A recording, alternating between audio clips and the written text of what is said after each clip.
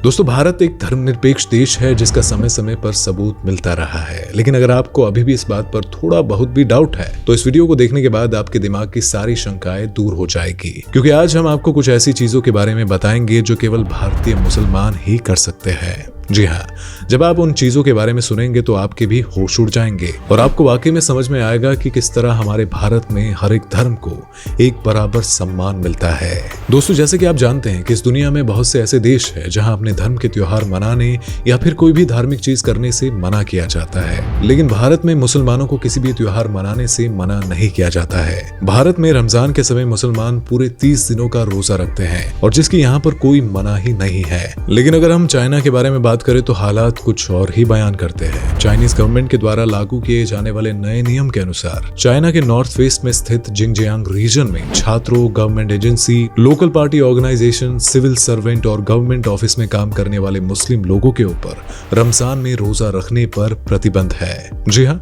वो इन जगहों पर रहकर खुद से भूखे भी नहीं रह सकते हैं, जबकि भारत में ऐसी कोई भी मनाही नहीं है, क्योंकि हमारा भारत एक ऐसा देश है जहां किसी भी धार्मिक मान्यताओं का अपमान नहीं किया जाता। और इतना ही नहीं, यहाँ पर पासपोर्ट का आवेदन करने के लिए भी इस बात को दरकिनार कर दिया जाता है कि आप हिंदू है या मुसलमान हैं या फिर किसी और धर्म या जाति से संबंध रखते हैं, बस यहाँ पर आप एक भारतीय होने चाहिए। बस इतना ही काफी है भारत का पासपोर्ट हासिल करने के लिए। पर दोस्तों, कई देशों में मुसलमानों को हिंदुस्तान जैसी फ्रीडम प्राप्त नहीं है, क्योंकि उन देशों में जब तक आप ये साबित नहीं कर देते कि आप अपने धार्मिक विश्वासों के साथ कितनी निष्ठा रखते हैं, तब तक आपको पासपोर्ट जारी नहीं किया जाएगा। उदाहरण के तौर पर अगर पाकिस्तान को देखा जाए तो दोस्तों, ये बहुत दूर नहीं है, हमारा पड़ोसी मुल्क है जो कभी भारत का हिस्सा हुआ करता था। लेकिन यहाँ पर अगर आपको पासपोर्ट चाहिए तो आपको अपने असली मुसलमान होने का प्रमाण देना पड़ता है, क्योंकि बिना प्रमाण दिए आपको पासपोर्ट नहीं मिलेगा, जिसके लिए आपको ये दिखाना होता है कि आप पैगंबर साहब पर कितना विश्वास रखते हैं और अपने धर्म को कितनी आस्था और निष्ठा के साथ मानते हैं। यही वजह है कि पाकिस्तान में अहमदिस पासपोर्ट पाने के लिए एक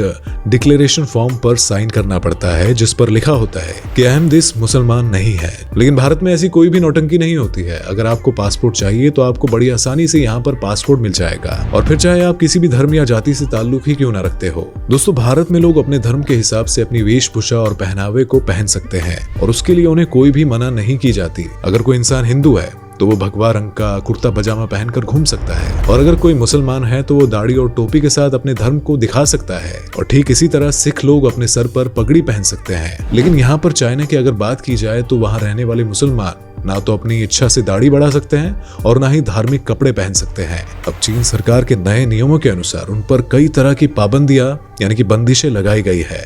और दोस्तों, भारत के मुसलमानों को ये पूरी आजादी मिलती है कि वो किसी भी देश में घूमने, पढ़ने या फिर व्यापार करने के लिए जा सकते हैं। भारतीय मुसलमान किसी भी देश की यात्रा करने के लिए स्वतंत्र है और भारत के होने के कारण उनको किसी भी देश का वीजा बड़ी आसानी से प्राप्त हो जाता है। लेकिन सभी देशों के मुसलमान इतने ज्यादा भाग्यशाली नहीं होते हैं। Syria, Libya, Iran, Somalia, Sudan और यमन देशों के मुसलमानों पर अमेरिका जैसे कई देशों ने अपने देश आने पर प्रतिबंध लगा रखा है और उन्हें वहां का वीजा नहीं दिया जाता है। यानी कि अगर कोई सीरिया में रहने वाला मुसलमान चाहे कि वो अमेरिका में घूमने जाए या फिर पढ़ाई करने जाए तो अमेरिका उसे अपने देश में आने नहीं देगा, और इसी वजह से इन देशों के मुसलमान अपने ही देश में सीमित होकर रह जाते हैं और उनकी कभी तरक्की नहीं हो पाती। जबकि भारत में रहने वाले मुसलमान लगातार तरक्की पर तरक्की करते जा रहे हैं। और हाँ, अगर आपसी मतभेदों को किनारे पर कर दिया जाए तो भारत में रहने वाले मुसलमानों को एक बेहतर जिंदगी जीने का पूरा मौका मिलता है। बात अगर महिलाओं के अधिकारों की जाए तो आप दुनिया भर के अलग अलग देशों में देखेंगे कि वहां पर मुस्लिम महिलाओं को मुस्लिम पुरुषों के मुकाबले बहुत ही कम अधिकार मिलता है। लेकिन भारत में ऐसा बिल्कुल नहीं है। यहाँ पर मुस्लिम महिलाओं के अधिकार मुस्लिम पुरुषों के बिल्कुल बराबर है, फिर चाहे वो शिक्षा हो, नौकरी हो, पहनावा हो या फिर कुछ और यहाँ पर महिलाओं से जोर जबरदस्ती बुर्का पहनने को नहीं कहा जाता है और न ही उनके पहनावे पर कोई आपत्ति जताई जाती है। वो अपनी फ्रीडम के हिसाब से अपनी जिंदगी जी सकती है। लेकिन विश्व में ऐसे बहुत से देश है जहाँ पर मुस्लिम महिलाओं को आजादी से जिंदगी जीने नहीं दी जाती है। अब इसमें जैसे ऑस्ट्रिया को ही ले लीजिए, यहाँ पर पब्लिक प्लेस पर बुर्का पहनने पर प्रतिबंध लगाया गया है। सिर्फ इतना ही नहीं बल्कि कई देशों में मुस्लिम महिलाओं के कपड़े अक्सर चर्चा का विषय बने रहते हैं। और दोस्तों, हज मुसलमानों के लिए एक बहुत ही बड़ा धार्मिक स्थल है जो कि सऊदी अरब में मौजूद है और यहाँ तक पहुँचने में अच्छा खासा खर्चा भी लगता है। अब भारत में ऐसे बहुत से मुसलमान हैं जो आर्थिक रूप से इस यात्रा को करने में संपन्न नहीं है। लिहाजा भारत सरकार ऐसे मुसलमानों को हज की सब्सिडी के तौर पर अभी तक आर्थिक मदद देती आई है, जिसकी वजह से बहुत सारे मुसलमानों ने अपनी हज यात्रा पूरी कर ली है। लेकिन ताजा खबरों के अनुसार हज की सब्सिडी भले ही खत्म कर दी हो, लेकिन उसके पीछे एक कारण ये है कि केवल मुसलमानों को ही हज के लिए सब्सिडी मिल रही थी, जबकि हिंदुओं को उनकी कोई भी धार्मिक यात्रा करने के लिए पैसे नहीं मिल रहे थे। इसी पर ऑब्जेक्शन किया गया और अब सबको बराबर समझा जाता है। और बस यही वजह है कि जो आजादी भारत में रहने वाले मुसलमानों को मिलती है वो कहीं नहीं मिलती है। और वो चाहे तो बिल्कुल अपने धर्म को मानते हुए उसी पहनावे, उसी लाइफस्टाइल के हिसाब से अपनी लाइफ को जी सकते हैं, या फिर अगर वो चाहे तो एक मॉडर्न जिंदगी की तरफ भी अपना रुख कर सकते हैं और उन पर किसी भी तरह की जिंदगी जीने की जोर जबरदस्ती नहीं की जाती। अब इन सारी चीजों पर आप क्या कहना चाहेंगे?